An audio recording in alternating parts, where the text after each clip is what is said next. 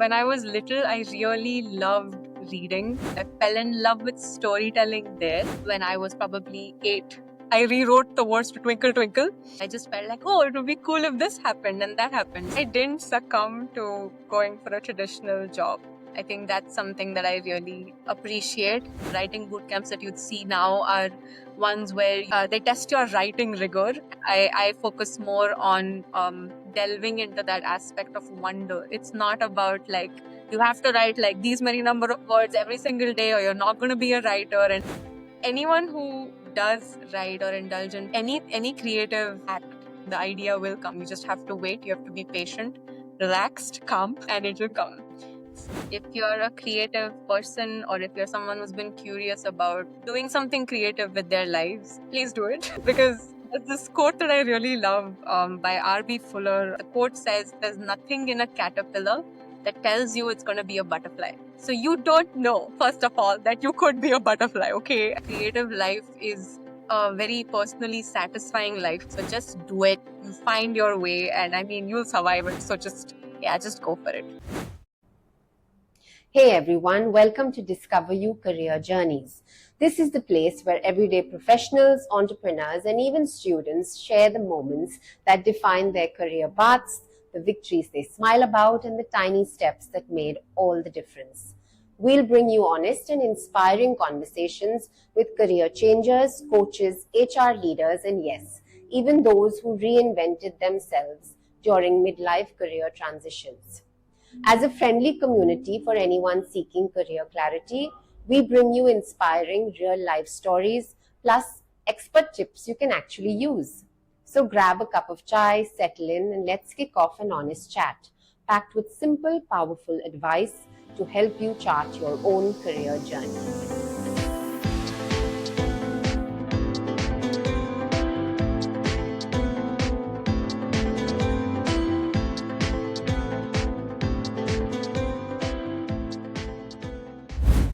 Hello and welcome to DiscoverU Career Journeys.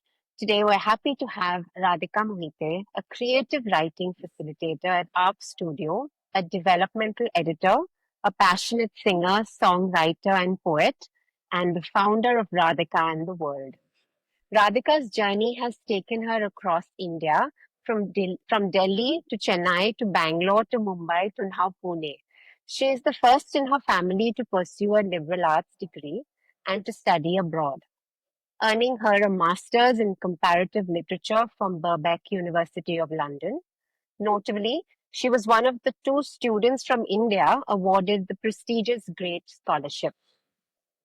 Professionally, Radhika has worked closely with authors whose works have been published by HarperCollins and recognized by Vogue India.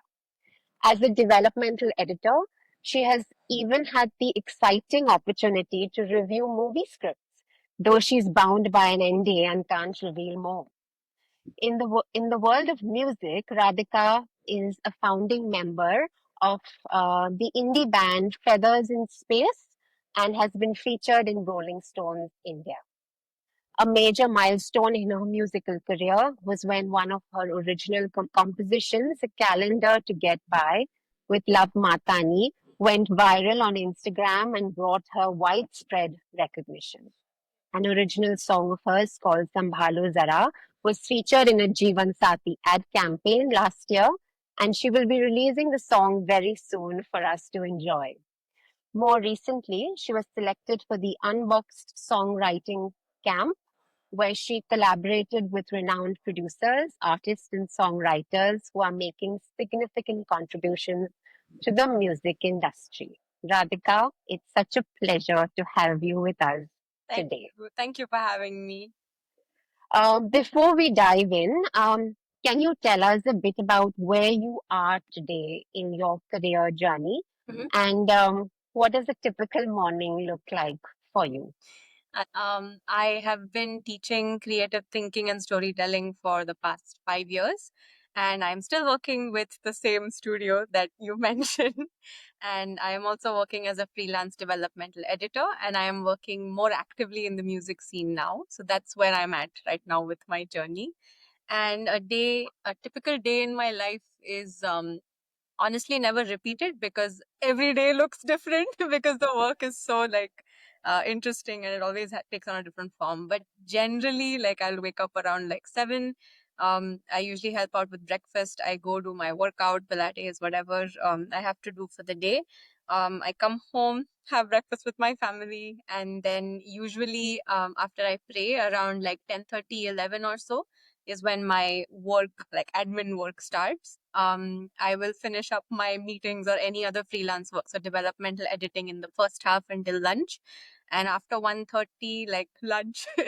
And then at 2 o'clock or so, I leave for my classes. So the ones that I take for design students. And I am there until 7 in the evening. And once that's done, I come home, I unwind, I try not to be on my phone as much. And yeah, that's what a typical day in my life looks like. Lovely. Great. So, Radhika, let's rewind a little bit and talk about some of your earliest creative memories. Were these specific experiences Hmm. or people Hmm. that kind of ignited your passion for writing, music, and the arts? Yeah. I think it's a mix of both because when I was little, I really loved reading. Like I used to read a lot, and my mom would always buy me these books which had really beautiful illustrations. So I would love to spend time with them. So I fell in love with storytelling there. And when it comes to writing music, um, I think I've always just acted on that impulse to write. So, for example, when I was probably 8, I rewrote the words to Twinkle Twinkle. I had like this really tiny pocket notebook, and I just felt like that song could, I mean, I wasn't critiquing an original work, but I just felt like, oh, it would be cool if this happened and that happened. So, I think I've always had that space at home to sort of, explore and have that um, freedom to like, oh, if you have an idea, jot it down or like, all of these things. So I had a lot of free time when I was a kid. So I think that obviously helped. And yeah, my parents raised us with a lot of music. So, I mean, whether it's like the Bombay Vikings or if it's someone else or like bigger artists from the West, like ABBA also, it's been a very integral part of my childhood. So maybe the impulse to like make my own thing wasn't immediate, but I think when it comes to like reading, storytelling, listening to good music and like singing in the choir and stuff like that, I think all of those experiences added to later on making my own music. So yeah. Great. You were the first in your family to pursue a liberal arts degree. Yeah. What inspired you to choose this interdisciplinary approach over more conventional paths? What did you kind of choose to study Yeah. over here? So I just to give you a context, like my family is like my dad is into logistics. He's done his MBA. And like everyone in our family, like we mostly have like a military background or like MBAs, and like everyone's very studious. And the thing is, I was a very bad student. So I used to get so bored in my classes when it was like school or anything like that. So when I had to choose for my undergraduate education, I knew that I wanted something different because I didn't like I mean commerce wasn't my strong suit, even though I enjoyed studying economics. Arts was always there. I chose arts for 11th and 12th, and science was like a no because I was really bad at chemistry. And like at that time, the Symbiosis School for Liberal Arts had just opened up their sort of institute for more admissions, and they were really close to my house. So I saw their brochure and I really appreciated the fact that I could learn many things. So I wasn't restricting to only arts. I could do film, I could do computer studies, I could do anything that I wanted. And I loved the fact that there was so much variety. So, and it shows because I did my major in business studies, my minor in political science, and I also got to study filmmaking and film appreciation and literature. So I liked that variety. I liked that I wasn't sort of pegged into like a square kind of thing. And yeah, and I mean, I had to get the brochure home. I showed my parents and I was like, this is what they do. And they prepare you for like all of these things. So can I please do it? And they were very supportive of that decision because even they saw value in the curriculum that the college offered, and the like liberal arts is a discipline as well. So yes. Yes. Now, having lived in various cities like Delhi, Chennai, Bangalore, Mumbai, and I think you're finally settling in Pune, um, did this diverse upbringing shape your worldview and creative pursuits? Mm-hmm. I'll tell you why I'm asking you this is because we have a lot of students or clients who travel because of their family, Mm-hmm. army families, Mm. and move constantly. And I just want to know if this influences one's career choices um, in this way. I think in a way it does. So I think when it comes to growing up as a child who had to move around a lot with their family, your sense of permanence doesn't come from like that physical house that you live in, because you're like, you'll move, like you never know where you'll go. So for me, it was like my immediate family, like the people. I grounded myself in them, and the house that we had here. Like Pune was always, we are from Pune, and I was born here as well. So I knew that we were coming home every time we'd come here for vacation and stuff like that. But when we were away from home, I didn't feel alienated or away in that sense. But I found my sense of self with the people who I surrounded myself with, and within the things that I was doing. So, like reading Yes. or music or all of these things. So, that did definitely have an impact on me and the way I saw the world. Because one thing that I do acknowledge in my teaching in music and everything is the fact that there are multiple possibilities. Like, it's not just like yes or no, or yes or no. Yeah, that's a good clarity to have. But it's not just like this or that. There could be so many things that can come out of just one question or like one prompt. So, I think having seen how people do the same things differently in different places, that sort of added to the perspective and the attitude as well. So yeah, I maybe I'm not able to pinpoint exactly where, like in terms of career, but it did help. And I love traveling, and I love like sort of meeting new people and just being open. So yeah. Um, Now, let's unfold the career journey a bit Yeah. for the audience. Can you walk us through on how you ended up in your first role? Was it planned or a bit of chance? It was a chance. It was not at all planned. What I had planned, let me tell you that. So I, after my undergraduate degree, I immediately went for my master's to Birkbeck, and the plan was to finish my master's in a year so that I could then move on to do a PhD, which I always wanted to do that. And since I was young, my parents have always told me that you're such a good like teacher. You help people. You explain things very well. So you should consider that as well, and I loved it. I loved the idea of being a teacher also. So for me, it was like, okay, how do you become a teacher? Then you get a PhD, you specialize in something. And that requires a lot of academic rigor. So after doing a 4-year undergraduate degree and then a master's immediately after that, I thought, let me come home in 2019 and take a break. You deserve a break, 3 months.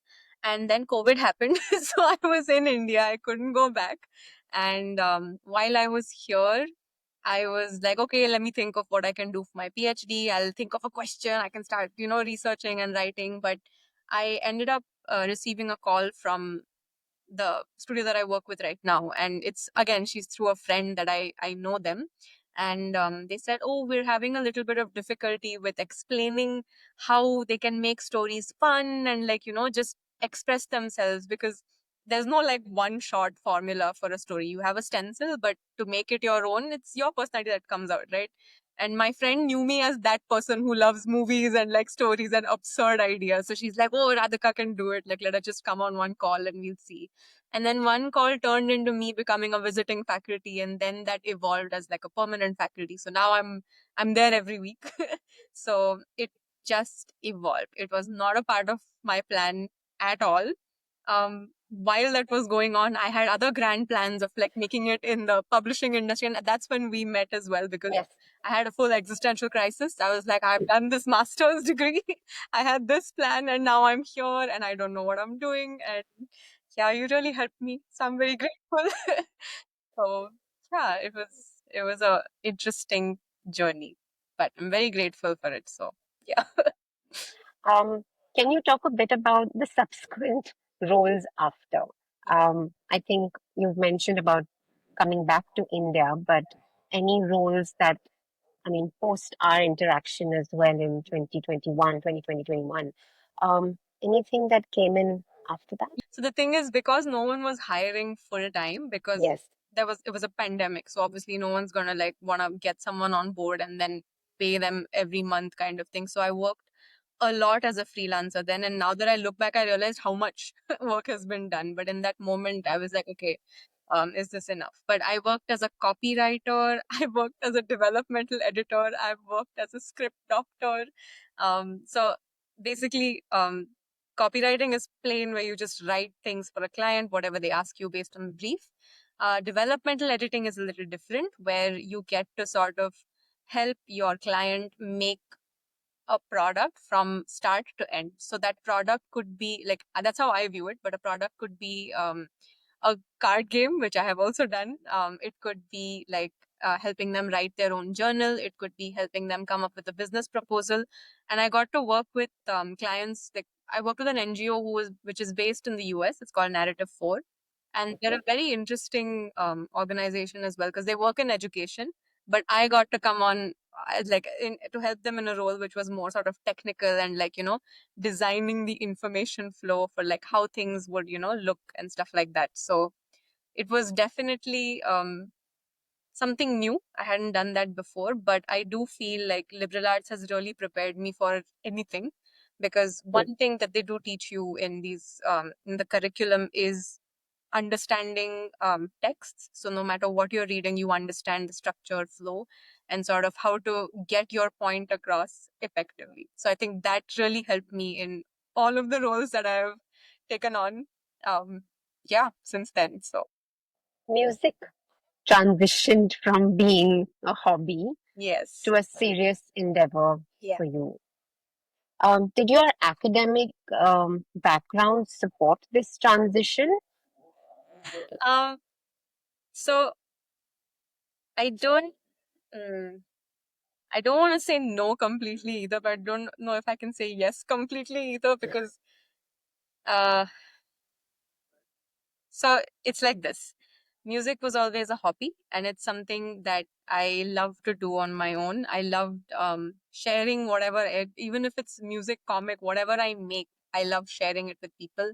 And the only audience I had at that time was my family, and more importantly, my sister, because every time I'd make anything, I'm like, oh my God, you need to listen to this. So that was how it sort of started, and it was Yeah. just going. I didn't envision it as me being like a out there somewhere performing in front of like people and stuff like that. Because it's not, again, a very uh, it's not another normative career options, right, for us. And anyway, what I was doing with liberal arts is not normal. Like, it's not, again, your engineering and your all these degrees, right? So I thought, okay, this much is enough in terms of like, going against the stream. But so I never considered music that seriously. But I think there was a point in 2022 where with love, we happened to write a song together, and we just uploaded for fun. Like my account was private at that time, so again, I didn't have that in my mind that let me do this up a lot of people. And overnight we got 10,000 views. So my sister said, just make your account public. Let's see how much we go. And we've gone up to 1 million. So it just sort of reinforced something in me, where it felt like, okay, you know what, like, even when you're doing it for yourself, it's resonating to a lot of people. You have always enjoyed other people's music, so maybe other people might enjoy yours as well. So give it a shot. And even after that, Naida, I didn't maybe I wasn't too sincere in my commitment to music, because it's not easy. You need a lot of planning for it. You need to, again, have a good group of people who can help you in terms of recording, figuring out the logistics of like performing, getting your music playlist. There's a lot of things that can go into it, so it's very intimidating.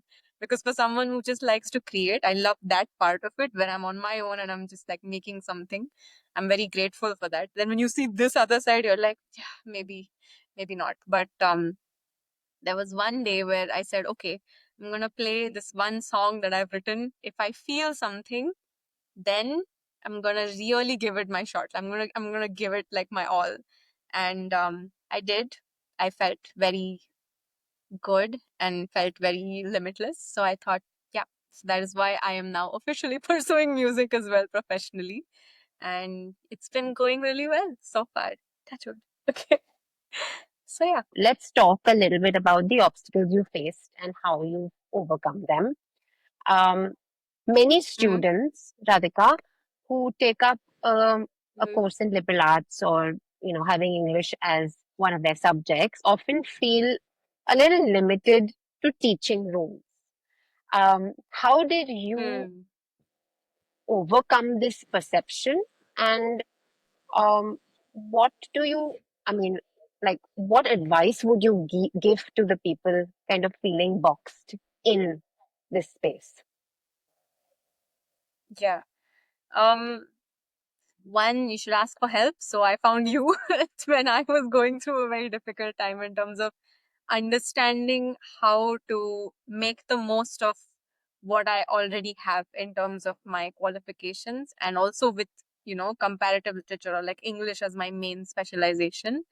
And second is don't be afraid to like ask for opportunities which are a little, maybe they might be a little different from what you already do. So for example, it would be a little strange for me to go into teaching design students when I'm not a designer myself, but the common string here is the fact that it's still creative thinking, and I do have a lot of not a lot of, but I do have exposure to that one specific way of being through literature and through the work that I've already done. And don't sell yourself short, because we often Mm, do that. And I mean, it's something that's so, you taught me that also, by the way, where you're like, you have so much, like, just, make a list of all the things you've done, and you realize that, okay, you've got like, a really good, like, solid backing for anything that you want to do in this world. So, I mean, don't sell yourself short before you've even tried. That's what I would say. So, yeah. Adapting to these new roles, adapting to songwriting, adapting to um, your writing workshops. What Yeah. were some of the most challenging adjustments personally, I think, that you felt that you had to make? I think for me, it was I think I've always been aware of the fact that what I am doing is not mainstream career choice activity. So for me, I was always aware of that and just kept playing in the back of my mind all the time. Like, okay, I'm doing this and it's so odd. And when I would interact with people, they were like, oh, okay, sounds interesting. I don't know how, you're doing this. But, and obviously it's not their fault, because we don't have a reference point for people who are doing this on a daily basis. And it's, even when we do find reference points, it's like one in like maybe 25 or something like that. So it was a little difficult for me internally to accept, or like not accept, but just sort of be a little more bold as I was starting up with Radhika in the World, as I was pushing for my own writing boot camp. And the most beautiful thing is just showing up for those sessions, prepping for those sessions. It was, I think, that anxiety of whether people will get it, whether people will like it. And it's a very different format, because usually writing boot camps, which I conduct with Radhika in the World, the ones that I conduct are a little different from the ones that people are normally exposed to. So the writing boot camps that you'd see now are ones where, you have to like, they test your writing rigor. And that's not at all what I do. I focus more on delving into that aspect of wonder in everyday life. So it's not about like, being like, oh my God, you have to write like these many number of words every single day, or you're not going to be a writer. And like, all of these toxic notions that we have of what it means to be a writer. So first I had to shed those for myself. That was another journey. And when it came to like facilitating sessions where I got to help other people as well, that anxiety of whether they'd get it or not, it was there only until I met them. The minute we Mm. started the session, it was great. Like, it was so much fun. People were receptive. They still are. And I'm still in touch with all of my participants. I started in 2023. So, I mean, I've had like quite a few batches since then. And it's been wonderful. So yeah, I think just overcoming that internal sort of like conversation in your own mind of like, well, it's gonna work, does it make sense? You won't know until you do it. So do it, and then you'll sort of see what works and what doesn't on the other side of things. I think it also would be a lot of consistency and Yeah. adaptability because this is a creative career. And Yeah. are there some mindsets or are there some habits that shift Mhm. that you've personally kind of made or taken to kind of help you navigate the ups and downs of your multifaceted career? Yeah. Um, this might seem trivial, but it's a game changer for me. So I'm not very good with like administrative tasks. Like normally, because I don't know. Okay, this is like a stereotype which I used to live up to. But they say that like creative people don't like they don't organize their stuff, or like there's no sort of like their systems just look very different. So I would not like be the best person when it came to like logging information, getting all the data on an Excel sheet of all places, and just like being more organized. But one thing I realized was if I want to enjoy my sessions without having to worry about, okay, this person's starting then, this person's in another batch, like all of these little admin tasks, because it would interfere in my main sessions, like when people would Yes. come up to me and ask if I didn't write it down, I wouldn't have clarity on that either. So, one shift which has changed my life, and now I enjoy doing these tiny tasks, is making sure that as soon as I get the information, I note it down or I have a space to organize all of this. So, Notion Hmm. has been my really good friend since 2023, and even like sheets and everything. So, I make sure that I have a system to log in all of the information. I am also yeah, I also make a conscious effort to ask more questions in my sessions, because I think when you're working with design students and they're younger, so you have to ask them also questions. But the way that those sessions sort of take a certain flow is very different from when I teach older students or when I teach 6-year-olds. Hmm. So I've been very aware of like giving enough space to the person who's in front of me when I am working with them. So asking questions, giving them that room and letting them figure out certain things instead of, just, giving them everything ready on a platter kind of, um, yeah, attitude. Because as a creative, sometimes you just want to be like, oh, I've done this, I've been here, and I just want you to know that this is what it could look like. And you can get here too. And obviously, like, you want everyone to sort of Yes. experience the joy of like Also, everybody's making journey something. is different in this. Yeah. The Yeah. So experience I is think, different. yeah, I've Do learned to you respect feel that. do you feel that Hmm. this is like these habits have also kind of been adapted while you're trying to do it in the music when you're recording, when you're working with some amazing people that you worked with in the recent past. So do you feel like there has been certain habits that you've changed over there as well? Yeah, definitely. I think being a facilitator helped because I was able to sort of just observe first instead of like jumping in and rushing in. I think there's a sense of like comfort within yourself where you're like, okay, I mean, I'm in a room surrounded by people who are really cool and amazing, and I've looked up to them for like the longest time, and it feels surreal. But because I think I've had a lot of time on my own independently to know how I write, it just sort of gives me that space, and I'm able to hold that space for someone else as well. And I know that there are multiple possibilities and probabilities and perspectives, so it's very easy. It's not a very hard and fast, it has to happen like this, and this is what we need to do with whatever brief we get or stuff like that. And Mm. I just want to say something that's a little different. um I mean, anyone who does write or indulge in poetry or any creative act. I think there comes a point where you realize that it's not just you who's working or who's doing something. There's something that's going on a more subtle level when it comes to like um, bringing out ideas that are a little odd, or that's something that's not been written before, or something that's not been explored maybe.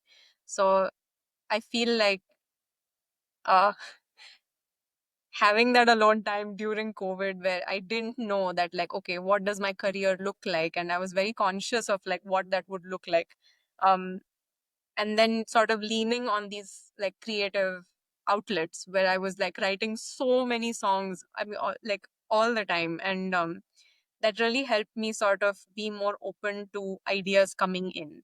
So I think that's what I I found comfort in. I know how to be open to that. So it helps in facilitation also, because then I get to sort of help others unblock when they feel like, oh, but I can't do this. So I can help with that process. And it helps me help myself in these sort of spaces also, where then I can be like, okay, it's not just you, relax. Like, it'll come. The idea will come. You just have to wait. You have to be patient, relaxed, calm, and it'll come. Yeah, So, yeah. that's great. Thank you for sharing that. That was actually something that I wanted to jump into, which was a practical takeaway and which Yeah. will help our audience. One Yeah. of the other most important aspect of being in the creative field is a portfolio. And, Yeah. someone who's in design has a design portfolio, and music, there's their own portfolio in that. Um, Mm. Firstly, how important is this? And Mm-hmm. how can aspiring writers, musicians, or artists build a Mm-hmm. portfolio that is authentic, that Mm-hmm. is showcases their work and attracts professional opportunities? Any three kind of ideas that you can kind of give in over here? Yeah. I would say, uh, so choose the right form for your portfolio. So for example, if it's a writer's portfolio, you could have your entire like collection of writings on a Notion page with multiple tabs. So it's not overwhelming to see. So whichever format you choose, just make sure it's easy to sort of take in and it's decluttered. It's not too sort of, crowded, because I think people Yes, who are looking for some like someone to work with, they don't have time to like go through like a lot paragraphs and paragraphs of like information. But you could just have it hyperlinked in this really neat clean setup sort of thing. So for a writer, I'd say Notion, or like having your own website would also be good, so it just gives you like a glimpse of like who you are. If you are someone who is a musician, I think your portfolio, I don't think numbers matter that much when it comes to your how many followers you have and stuff like that, but I think your work speaks for itself clearly, and I'm experiencing that as well. So I would say for a musician, you can choose which platform you want to work on, but I'd say like a place like YouTube or SoundCloud or Spotify can be a place where you can upload private tracks as well. Not Spotify, but YouTube and SoundCloud, you can upload tracks which are private, but you can also share a link. You can make an album yes, of like correct. unreleased music by you know and you can share that with whoever you want to sort of get in touch with. And yeah, definitely make an artist bio as well, but again, same as the writer's thing, keep it simple, keep it clean, Yeah, and you don't have to give your whole life story, but just what inspires you. So that connect is important, and yeah, I think that should be good. Yeah. great. So definitely extremely important to have a portfolio. So Yes. being in the creative field. Yeah, because I think if no one knows how you make things, then, or like what it looks like to work with you, then how will they also be able to take that chance, right? So, yes, Yes. please make a portfolio. It's very important. Yeah. In a world that often prioritizes technical skills, Hmm, what skills would you say are a must to maintain or develop in order to stay relevant in this creative field, like being a writer? So, hmm. what would you say would be like three, four must skills someone needs to Mhm. keep at it or keep developing or keep Yeah. updating? Yeah. I think two skills. One is communicating and knowing how to communicate um, on certain platforms. So, for example, if you're writing for yourself and if it's something that's on your Medium or any other page that you have, make sure that like it's honest and authentic work. But when you're communicating in a professional space, you cannot be. There's a different way that you sort of um, present yourself, maybe like when you move to like a more corporate side of things, so you have to like sort of put your ego aside and just make sure that you're doing the best for the team, so be a team player there. So I think that sort of distinction is very important because I had to learn that as well. And yeah, the second one is how to market yourself. Because whether we like it or not, I struggle with this a lot, but whether we like it or not, we have to constantly update ourselves and show all of the work that we're doing. So your portfolio needs to be up to date with everything that you are actually doing and, working on. So yes, market yourself well, not to a point where you feel like, what am I doing with my life? But where you feel like, wow, this is so cool. I've done so many things and now I'm doing even more. So it should be authentic, it should be honest. And yeah, find a way to enjoy it. That's what I would say. So, yes. Okay. Well, um, we are close to the end of our chat Mhm. with you today. Is there a book or a poem or a piece of music that has profoundly influenced your creative journey, Radhika? Yeah, there is one that has changed my life, turned it upside down in the best way. It's called The Artist's Way by Julia Cameron. And she is a writer, a novelist, and she's a director. She's everything, basically, a lot of things, which is what I also liked about her. And Yes. she's written this book called The Artist's Way, which is a 12-week program of sorts. And you basically every week you have a reading, and it's all about like unblocking these fears that we have. And all of these little inklings that I'd had growing up, or like indulging in creative activities and work and play, she reinforced it. It felt like finally I had found something which is validating all of the things that I'd felt, but I didn't maybe see it around me as much. So she basically like helps you sort of entertain the possibility of, oh, you can be a musician, you can do like these other things that you've always wanted to do, but it doesn't have to look like how everybody else wants it to look. And I think it takes a lot of guts to gumption. It takes a lot of gumption to do something that's out of the ordinary. So having this book definitely changed a lot of things for me personally, and it's also the reason why I started the writing boot camp. Like, it was just that final push. um yeah, so this one is definitely my favorite, and I recommend it to everyone that I know and meet. And yeah, this is Yes. a good book. Thank you. I know you've recommended it to me, and it is now a recommended reading for my career coaching clients. I work with my clients, and it's a recommended reading. Thanks to you. Lovely. Looking back, Radhika, uh, Yeah. all these years, any one decision or few decisions you're particularly glad that you've made in your career? uh, okay, so mm, that I didn't succumb to going for a traditional job.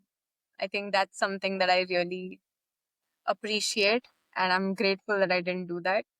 I had an internship in marketing once when I was in college, and I was so bored out of my mind because we had to go do the same thing every day with data entry and stuff. And I didn't put myself in that position again, which I was grateful for. And while I'm still figuring things out in terms of like my future plans with music and, developmental editing and teaching as well, um, I'm grateful that I didn't take on a traditional role because yeah, I don't think I would have flourished there. So Anything that you'd like to tell our audience, or anything that you'd like to share, a piece of advice that you'd like to share? yeah, Yeah. if you're a creative person or if you're someone who's been curious about doing something creative with their lives, please do it. Because there's this quote that I really love by R.B. Fuller, or I don't remember the name, but the quote says, "There's nothing in a caterpillar that tells you it's going to be a butterfly." So you don't know, first of all, that you could be a butterfly, okay? And you just have to do it. You just have to know. And I think understanding that a creative life is not like a life on stage in front of like 50,000 people, but a creative life is a very personally satisfying life. That's a very important distinction to, make. So just do it. You find your way, and I mean, you'll survive it. So just go for it. That's what I would Thank you say. so much. No, this has been really great, Radhika. Thank you so much for sharing your experiences and your journey. I think it's been really inspiring for me, and I'm sure it's going to inspire our audience. And I wish you all the best, as always, Thank, uh, thank in you your so much. journey ahead. To our viewers, we hope you find this conversation insightful. Stay tuned for more episodes of Discover You Career Journeys, where we aim to bring you more inspiring stories. At the end of every career journey, we bring you the key learnings from our conversation with our guest. Here's what Radhika's story taught us. Radhika's career path was largely unplanned and evolved through opportunities. Her journey teaches us that unplanned calls and chance meetings can turn into your first big break. So say yes to new opportunities. A liberal arts education isn't just theory. It gives you versatile skills you can apply everywhere. Living in different cities taught Radhika that a broad perspective keeps creativity fresh, and those earliest moments of reading, singing, and rewriting songs at home, they planted the seeds for her career. Never sell yourself short. Reach out for help and recognize the unique value you already have. Remember, creative blocks aren't failures. With patience and curiosity, ideas will flow again.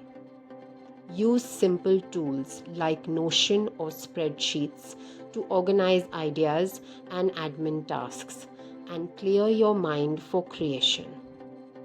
A tidy, authentic portfolio, whether a Notion page of writings or a YouTube or SoundCloud feed of songs, shows your best work.